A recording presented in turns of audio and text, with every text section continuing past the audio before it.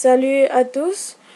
Aujourd'hui, cette vidéo va concerner non seulement l'Africain d'aujourd'hui, mais les générations futures, l'Africain de demain. Je veux aujourd'hui évoquer ce sujet parce que j'ai remarqué que ces derniers temps, les Européens viennent en Afrique avec des projets.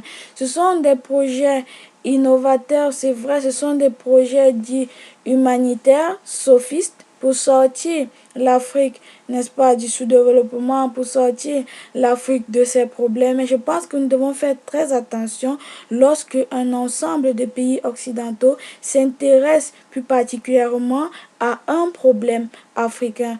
Pour expliquer, étayer ma pensée, je vais prendre deux exemples. Le premier, c'est celui qui concerne la République démocratique du Congo telle qu'on la connaît aujourd'hui. Elle s'appelait avant Congo belge, c'est-à-dire c'était une colonie belge. Les Belges ont découvert dans la région du Katanga qu'il y avait un grand gisement d'uranium. Pour cela, ils devaient convaincre la population locale de leur présence. Ils ont proposé de construire des routes et des chemins de fer, ce qu'ils ont réussi puisqu'ils ont eu accès à l'uranium congolais et qu'ils ont pu exploiter. En 1938, lorsque Otto Hahn et Friedrich Strassmann découvrent que de l'uranium, on peut fabriquer une bombe atomique, ils ont découvert la fusion du noyau atomique. Plusieurs États occidentaux se sont intéressés à l'uranium. C'est ainsi que les Belges ont signé des accords de coexploitation avec les Français. Les Allemands qui eux aussi voulaient l'uranium africain, l'uranium congolais, ils ont, n'est-ce pas, mené une guerre d'exploitation avec les Français. Ainsi, dans un cadre de coopération entre la France, la Belgique et les États-Unis, une grande partie de l'uranium congolais est allée aux États-Unis. Nous savons que c'était une période d'avant-guerre et même de guerre où la course aux armements se faisait de plus en plus intense, de manière intense. C'est ainsi donc que, à partir de l'uranium congolais, ont été fabriquées les bombes atomiques qui ont détruit les villes d'Hiroshima et de Nagasaki au Japon. Et ça, c'est l'exemple congolais qui montre que c'est à travers, ou bien c'est toujours parce qu'ils veulent exploiter nos richesses qu'ils viennent avec des projets de construction de routes comme celui congolais. Je vais prendre un autre exemple qui nous parle même jusqu'à aujourd'hui, c'est l'exemple nigérien. Nous savons que le Niger en 1960 a eu des accords d'exploitation de son uranium avec la France. Aujourd'hui, la société française Areva continue d'exploiter l'uranium nigérien au profit des Français. Nous savons que 85% de l'électricité française provient de l'électricité française proviennent de l'énergie nucléaire et à base d'uranium, ils peuvent fabriquer cette énergie nucléaire. C'est pourquoi ils exploitent l'uranium nigérien depuis 1960. Ils ont proposé au gouvernement nigérien pendant cette période toujours la construction des routes et des infrastructures.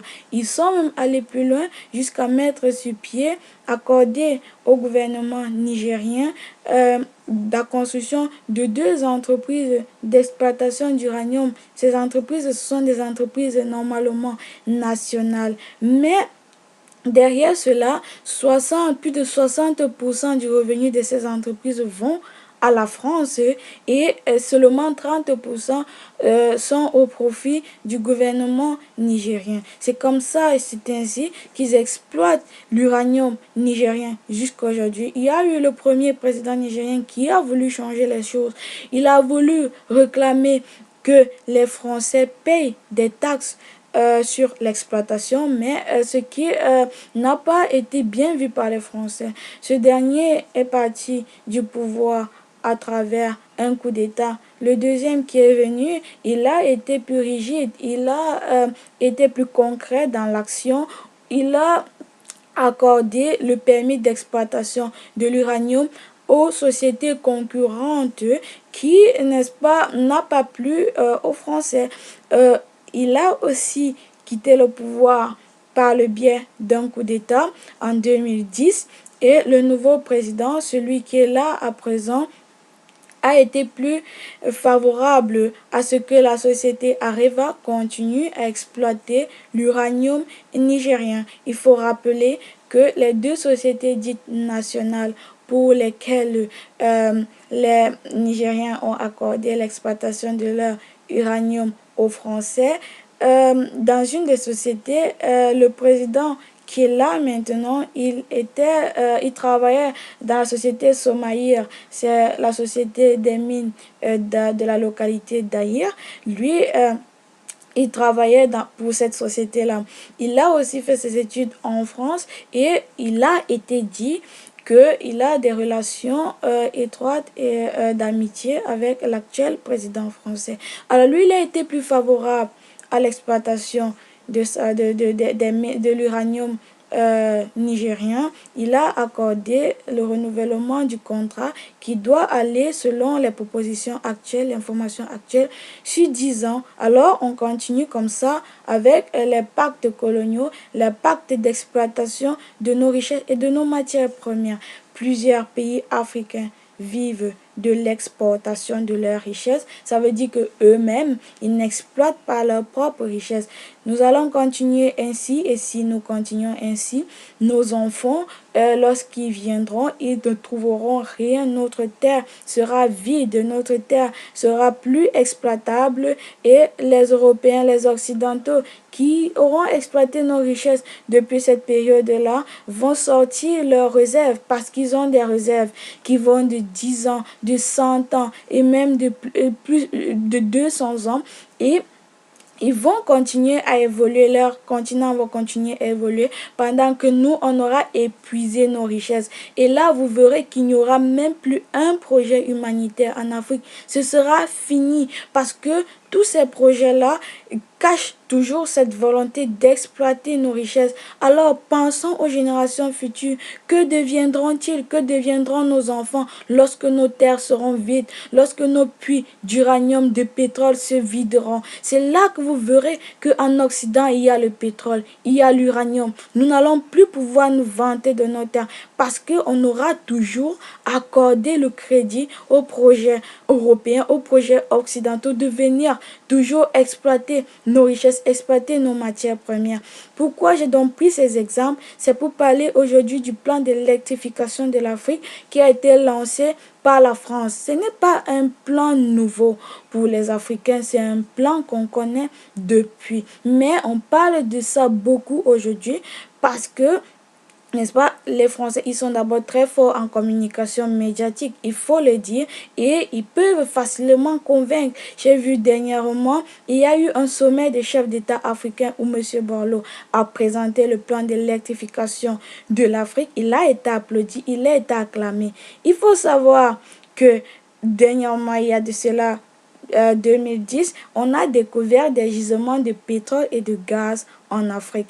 Et il propose pour électrifier l'Afrique d'exploiter ce pétrole et ce gaz-là, n'est-ce pas, non pas par les Africains, non, mais par les firmes multinationales occidentales qui vont venir en Afrique s'installer, exploiter notre pétrole, exploiter notre gaz pour pouvoir alimenter les Africains en électricité.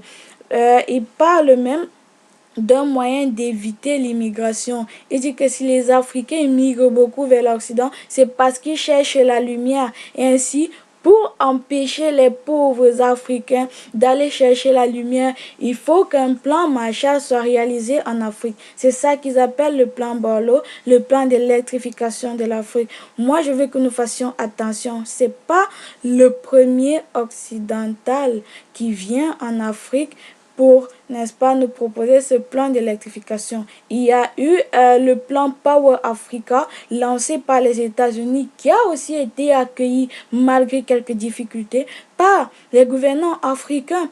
Le plan a été lancé par le président américain et qui a voulu donner une somme de 7 milliards de francs CFA et proposer on aura besoin de 24, pas de 7 milliards de francs CFA, autant pour moi c'est de 7 milliards d'euros, et proposer qu'il y aura 24 autres milliards d'euros qui s'ajouteront à cela, seront financés par les entreprises multinationales.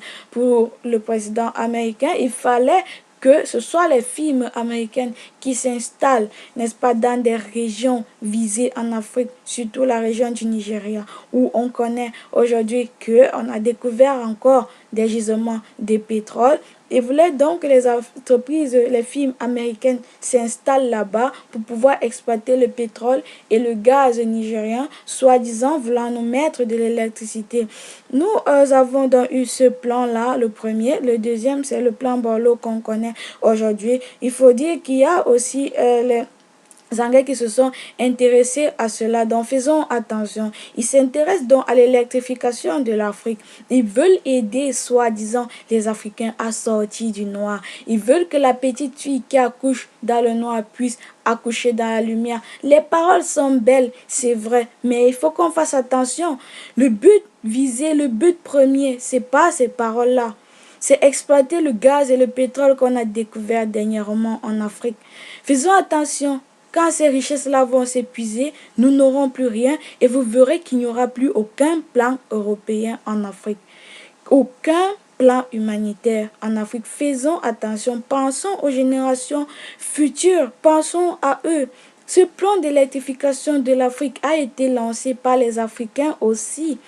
L'Union africaine a lancé le plan qu'il a appelé plan PIDA. C'est un plan d'intégration africain et aussi d'électrification de l'Afrique. Il propose que 60% du continent africain retrouve la lumière, c'est-à-dire soit éclairé, et que 800 milliards d'Africains vivent désormais dans la lumière. C'est un plan innovateur que les Africains peuvent adopter. On n'a pas besoin d'adopter le plan Borloo. L'Afrique n'a pas besoin d'un plan Marshall. Nous n'avons pas besoin d'un plan Marshall, nous n'avons pas besoin d'un plan de reconstruction de l'Afrique, non. On n'a plutôt besoin d'un plan Schuman, on a besoin d'un plan d'intégration en Afrique, parce que l'Afrique, c'est le continent le plus accueillant au monde, mais paradoxalement, le continent le moins intégré au monde. Pourquoi? Parce que plusieurs de nos dirigeants, ils ne s'accordent pas sur les projets. Ils préfèrent attendre que les Occidentaux viennent présenter ces projets. Ce projet Borloo rime bien avec dans l'eau. Ça veut dire que c'est un projet qui va encore nous noyer. Nous allons signer des pactes coloniaux encore pour que cela électrifie l'Afrique. Le président américain, c'est vrai qu'il est noir, mais il travaille pour les Américains. Il ne travaille pas pour les Africains. Faisons attention. Il a proposé électrifier l'Afrique d'ici 2025. Ça veut dire qu'on va encore signer un pacte de plus de 10 ans, 15 ans, n'est-ce pas, qui va permettre aux entreprises américaines de bien exploiter notre pétrole, notre gaz, de nous vider, de nous épuiser. Et après, on va se plaindre que nous sommes dépendants jusqu'à aujourd'hui. Non, n'attendons pas 50 ans pour revendiquer. Aujourd'hui, agissons. Agissons, n'acceptons pas n'importe quel projet. Et chez nous, n'acceptons pas ça. Nous avons besoin d'un plan Schuman en Afrique. On veut juste que les Africains soient plus intégrés, que les gouvernements africains coordonnent leurs intérêts autour de l'Union africaine comme elle est aujourd'hui. Elle a mis sur pied un plan PIDA. Mettons ce plan PIDA-là en exécution. Mettons-le en exécution. On n'a pas besoin que ce soit les Français qui viennent nous aider à électrifier l'Afrique. Non, nous-mêmes, on peut le faire. Que ce soit nos plans qu'on mette en avant. Nous avons trop voulu accorder, n'est-ce pas, nos terres aux Européens, aux Occidentaux pour qu'ils exploitent en échange de leurs bonnes œuvres. On n'a pas besoin de ça. Si on épuise nos richesses, on n'aura plus rien. Et après, vous verrez que ces bonnes œuvres, soi-disant bonnes œuvres, n'existeront plus. Ils ne viendront plus en Afrique. C'est vous qui allez continuer à aller là-bas. Comment on le fait maintenant? Vous voyez, lorsque on parle d'immigration, eux, ils parlent toujours des plans humanitaires. Ils ne parlent pas des raisons de l'immigration. C'est ce qui va arriver et va continuer à arriver si on continue à leur accorder le crédit, à leurs plans. Non, que ce soit les plans des Africains qui sont mis en avant, les plans des Occidentaux, si ça nous arrange, oui, mais quand ça n'arrange pas l'Afrique comme celui-là, ne le mettons pas en exécution. Ne pensons pas seulement à nous, mais pensons aux générations futures. Pensons aux enfants qui vont naître dans 50 ans, 100 ans. De quoi vivront-ils? Ils ont besoin de ces richesses, de ces matières premières. Apprenons à nos enfants à exploiter, à connaître notre terre, à connaître notre sol. Apprenons-leur à connaître cela. Ne nous laissons pas toujours vivre de l'exportation. 80% des économies africaines dépendent des exportations. On n'a pas besoin de vider nos richesses comme ça. Il faut qu'on exploite nos matières premières nous-mêmes. N'acceptons pas n'importe quel plan. Pensons au futur. Pensons aux générations futures.